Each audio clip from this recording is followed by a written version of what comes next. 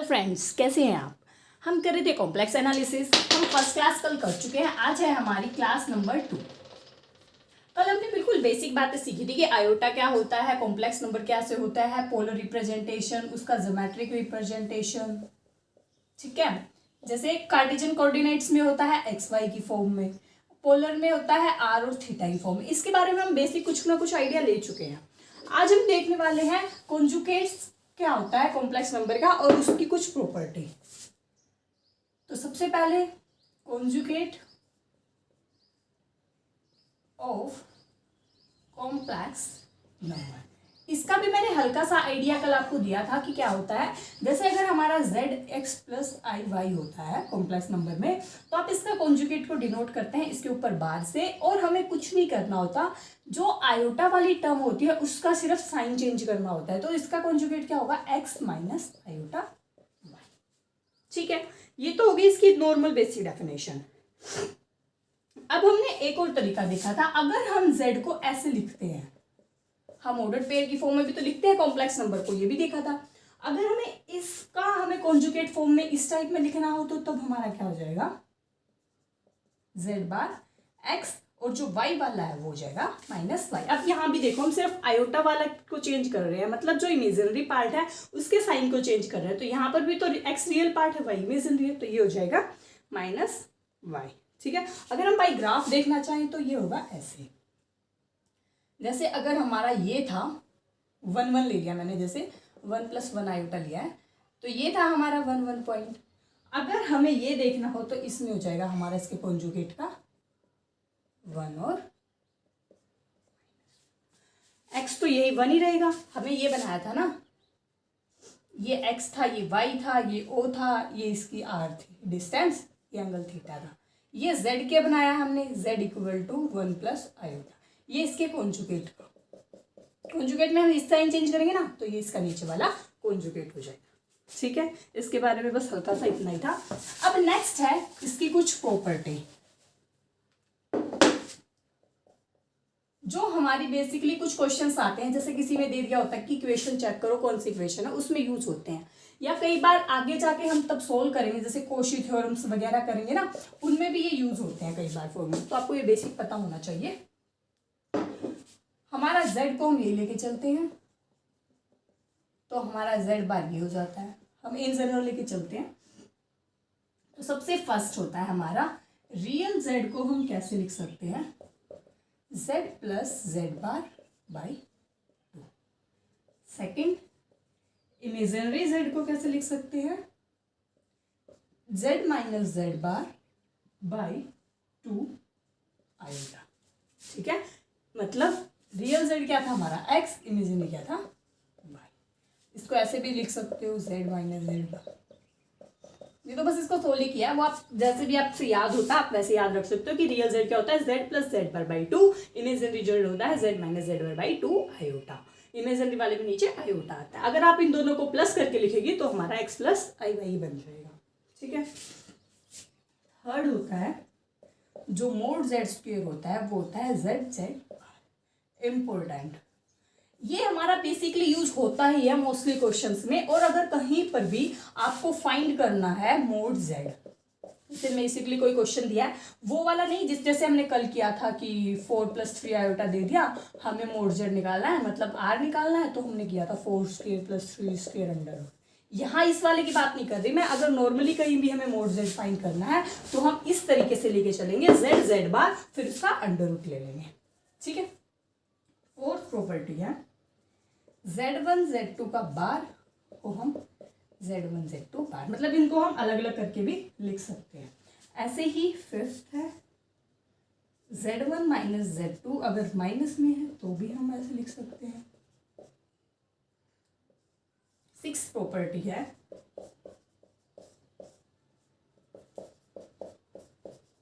मतलब अगर कंप्लीट पे देखो, यहाँ पे तो मल्टीप्लिकेशन वाला हो गया, यहाँ पर माइनस वाला, सब्सट्रैक्शन वाला, यहाँ पर हो गया डिवीजन वाला, प्लस वाले में भी हो सकता है। और सेवंथ है zn की पावर अगर ऐसे है तो आप उसे z बार, यहाँ की पावर यहाँ है, मतलब अगर हमें zn की पावर कंप्लीट पे बार दे रखा तो हम z का बार लेके फिर उसकी पावर n कर सकते हैं। ठीक है, तो ये तो हो गई हमारी कुछ कॉन्जुगेट्स की प्रॉपर्टी, आप इनको सबको याद कर लेना एक पेज पे लिख के। अब नेक्स्ट देखते हैं हम मॉड्यूलस एंड आर्ग्यूमेंट को डिटेल से। तो है मॉड्यूलस एंड आर्ग्यूमेंट, ये भी हमने पढ़ा था। अगर हमारा z x plus iota y है और जहां पर हमारा x लेते हैं हम r कोस थीटा, y लेते हैं r साइन थीटा, ठीक है, देन पोलर रिप्रेजेंटेशन में निकाल रहे हैं हम, r क्या होता है x square plus y square का, कल भी देखा था ये फॉर्मूला, वही है। इट्स सेड टू बी, तो हमारा ये r हो जाता है, कल हमने पोलर फॉर्म में लिखा था ना आर ई आई थीटा, और मैंने आर फाइंड भी किया था, तो ये वही आर की बात हो रही है यहाँ पर भी। और जो हमारा थीटा होता है tan inverse y by x, ठीक है। ज्योमेट्रिकली अगर हम थीटा की बात करें तो थीटा हमारा क्या होता है, ये डिस्टेंस होती है ओरिजिन से इस पॉइंट की, जैसे हमारा ये एक्स वाई पॉइंट था, तो जो ये डिस्टेंस होती है ना, यही इस डिस्टेंस वाला तो हो गया हमारा ये आर मॉडुलस, और थीटा जो हमारे यहाँ पे एंगल होता है वो हमारा होता है ये आर्ग्यूमेंट, ठीक है। तो जो mod z equal to r, मतलब यहाँ वाले का ज्योमेट्रिकल वर्जन होता है कि distance from origin to that point, ये हमने पीजेड पॉइंट लिया था, इस पॉइंट की डिस्टेंस को हमारा ये होता है, और जो यहाँ पर एंगल बनता है वो होता है हमारा थीटा। और जो हमारा थीटा होता है आर्ग्यूमेंट, ये सिर्फ ये नहीं होता, it also can be written as 2n pi plus theta. ये आप सबने पढ़ा होगा, जैसे हम कोऑर्डिनेट्स वगैरह के अकॉर्डिंग देखते हैं, जैसे first, second coordinates, third, fourth, यहाँ पर हमारी वैल्यू लाई करती है डिफरेंट डिफरेंट, जैसे कहीं पे साइन पॉजिटिव होता है, यहाँ पर जैसे ऑल पॉजिटिव होते हैं, ठीक है, यहाँ पर साइन पॉजिटिव, यहाँ पर tan पॉजिटिव, यहाँ पर कोस पॉजिटिव, ऐसे कुछ हमने पढ़ा होगा पहले, ट्रिग्नोमेट्री में तुमने पढ़ा होगा। तो उसके अकॉर्डिंग हमारी जो 2n पाई प्लस थीटा होता है, जहां पर हमारा n होता है 1 2 3 कुछ, ठीक है। तो इससे हमारी एक बात और क्या पता चलती है, मतलब प्लस माइनस 1 भी हो सकता है और जीरो भी, जीरो हो गया तो सिर्फ थीटा हो गया। इससे हमारा क्या पता लगता है कि जो हमारा आर्ग्यूमेंट होता है theta is not a unique, मतलब जो हमारा आर्ग्यूमेंट होता है वो यूनिक नहीं होता कॉम्प्लेक्स नंबर के केस में, क्योंकि 2n प्लस पाई थीटा करोगे ना तो n कुछ भी ऐड होता जा सकता है, ठीक है। ये तो होगी सिंपल आर्ग्यूमेंट। अब आती है प्रिंसिपल आर्ग्यूमेंट की, प्रिंसिपल वैल्यू ऑफ आर्ग्यूमेंट। जो प्रिंसिपल वैल्यू होती है आर्ग्यूमेंट की, उसका बस इतना ही फंडा है, जो हमारी लाई करे which lies between -π से π, मतलब जहां पर हम जैसे 2n पाई ऐड भी करते चलते हैं तो या 4 पाई भी बन सकता है, 3 पाई कुछ भी बन सकता है, बट जो हमारी प्रिंसिपल वैल्यू होती है वो हमेशा -π, यहाँ पे इक्वल भी आ जाता है, -π से +π के बीच में ही होती है, ठीक है। ये तो हो गई इसकी कुछ आर्ग्यूमेंट्स की डेफिनेशन और मॉडुलस की। अब इसकी कुछ 2-3 प्रॉपर्टी है। फर्स्ट है हमारी, अगर हमारा z इक्वल टू 0 होता है then it's argument is not defined. ये वैसे भी आप नॉर्मली देख सकते हो, z equal to x y का मतलब क्या है कि हमारा ये 0 है, मतलब x भी 0 है, y भी 0 है। हम आर्ग्यूमेंट कैसे निकालते हैं, tan इनवर्स, ये दोनों ही 0 है, ये हमारा तुम्हें पता होगा कोई डिफाइन टर्म नहीं होती 0/0, ठीक है। तो इसलिए आर्ग्यूमेंट अगर हमारा डिफाइन नहीं होता अगर हमारा z इक्वल टू 0 है। सेकंड, इफ जो सेकंड और थर्ड रिजल्ट आप उनको बोथ वे में लिख सकते हो, जैसे if argument of z is 0 और i, this implies z is purely real number. आप इसको इफ एंड ओनली इफ भी देख सकते हो। अगर हमारा z प्योरली रियल नंबर है, जैसे for example z equal to 1 ही ले लो, ठीक है। कैसे फाइंड करते हो, tan inverse y by x. अब यहां से क्या है कि x 1 है, y 0 है, तो tan inverse y 0 by tan inverse zero, tan inverse zero किस पे होता है, जीरो पे, या फिर आगे चलता जाता है पाई वगैरह पे, ठीक है। तो इसका मतलब क्या हुआ, अगर हमारा आर्ग्यूमेंट है वो जीरो है, पाई है, इस टाइप का है, तो हमारा जो z होगा वो प्योरली रियल नंबर होगा। थर्ड है, if argument of z plus minus pi by two, this implies z is purely imaginary number.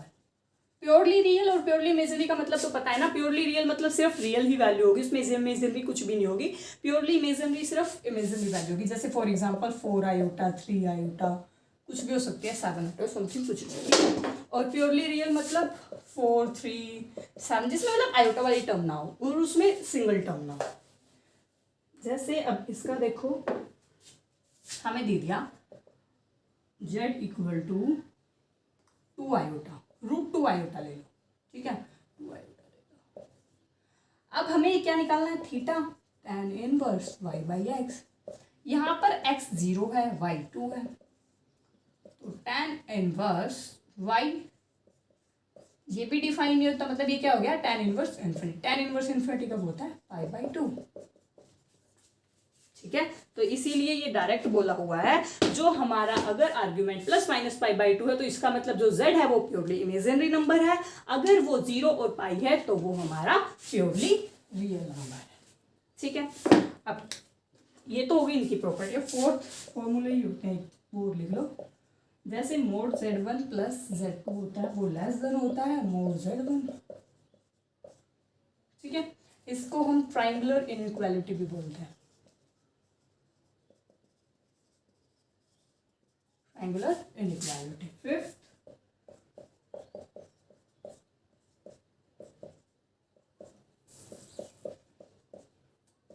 Complete का मोड, मोड नहीं तो ऐसे ले लो, मतलब जैसे प्लस वाला तो होता है वो तो लेस देन होता है, बट माइनस वाला ये बड़ा होता है और अलग अलग, ठीक है। फिर 6 अभी लिखवाया था, इसको दोबारा लिख लो, ये लिखवाया था, ये इंपॉर्टेंट है, हर जगह यूज होता है, इसको अच्छे से याद रखना, ठीक है। तो ये तो होगी इसकी कुछ प्रॉपर्टी।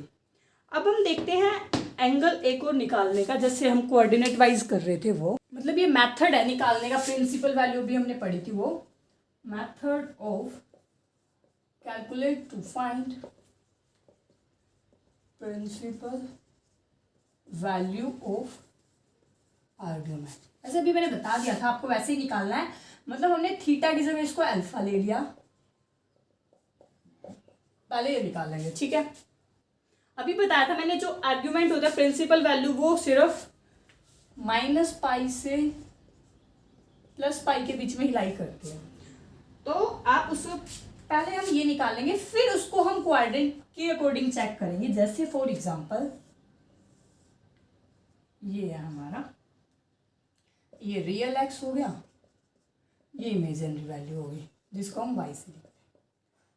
फर्स्ट क्वाड्रेंट में होगा तो हमारा थीटा होगा जो अल्फा ही रहेगा, इसको अल्फा माना ना तो अल्फा ही रहेगा। अगर सेकंड में हुआ तो हमारा थीटा हो जाएगा पाई माइनस, ये फर्स्ट क्वाड्रेंट है, ये सेकंड है। थर्ड में होएगा minus pi minus, fourth quadrant में होएगा, ठीक है। हमने यहां से फाइंड किया, यहां पे सोल्व कर दिया। जैसे आपको ये तो पता नहीं, जैसे इसमें एक्स भी पॉजिटिव वाई भी पॉजिटिव, उसके अकॉर्डिंग हो, जैसे for example 1 plus iota, x भी 1 वाई भी 1, तो आप कैसे निकालते हो, alpha tan inverse 1/1, tan inverse 1 pi by, दोनों पॉजिटिव है फर्स्ट क्वाड्रेंट, तो हमारा थीटा क्या हो जाएगा पाई बाई, ठीक है। अगर हमारा यहां होता 1 माइनस आयोटा, तो अल्फा निकालते पहले तो सेम tan इनवर्स, तो ये हो गया माइनस पाई बाई 4। अब x तो पॉजिटिव है, y नेगेटिव है, तो ये किस में लाई करेगा, x positive y negative, fourth quadrant में, फोर्थ क्वाड्रेंट में होता था तो माइनस अल्फा, ठीक है। तो थीटा हो गया फिर पाई बाई 4। ऐसे ही आप इनका भी निकाल सकते हो, बस पाई माइनस करना है। अगर यहाँ पे जैसे -1 माइनस आयोटा हो जाता, दोनों माइनस माइनस के तो π/4 आ गया, फिर उसको करते पाई माइनस π/4 और माइनस का साइन।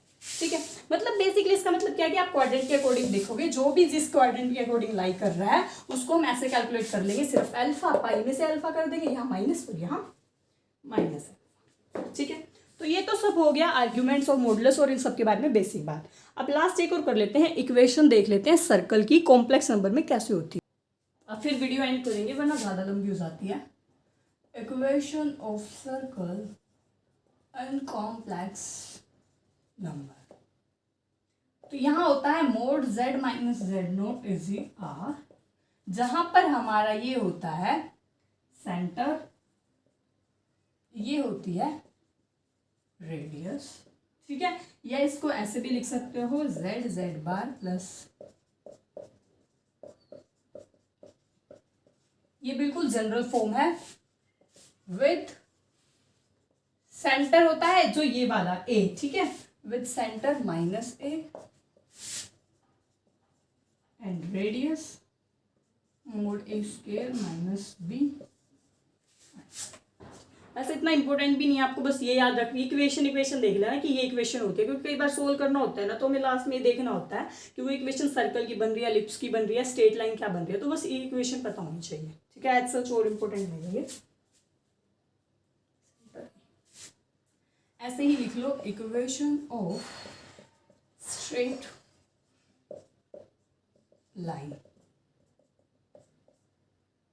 कॉम्प्लेक्स नंबर में a z bar plus a bar z b real number. इसमें मतलब बस ये z बार वाला नहीं होता, अगर आप जैसे z बार होता है मोड z स्क्वायर हो जाता है ना, इसमें वो नहीं होता, सिर्फ इक्वेशन ऑफ स्ट्रेट लाइन। ठीक है, और अगर हमारी कोई भी दो पॉइंट्स के बीच की डिस्टेंस है, जैसे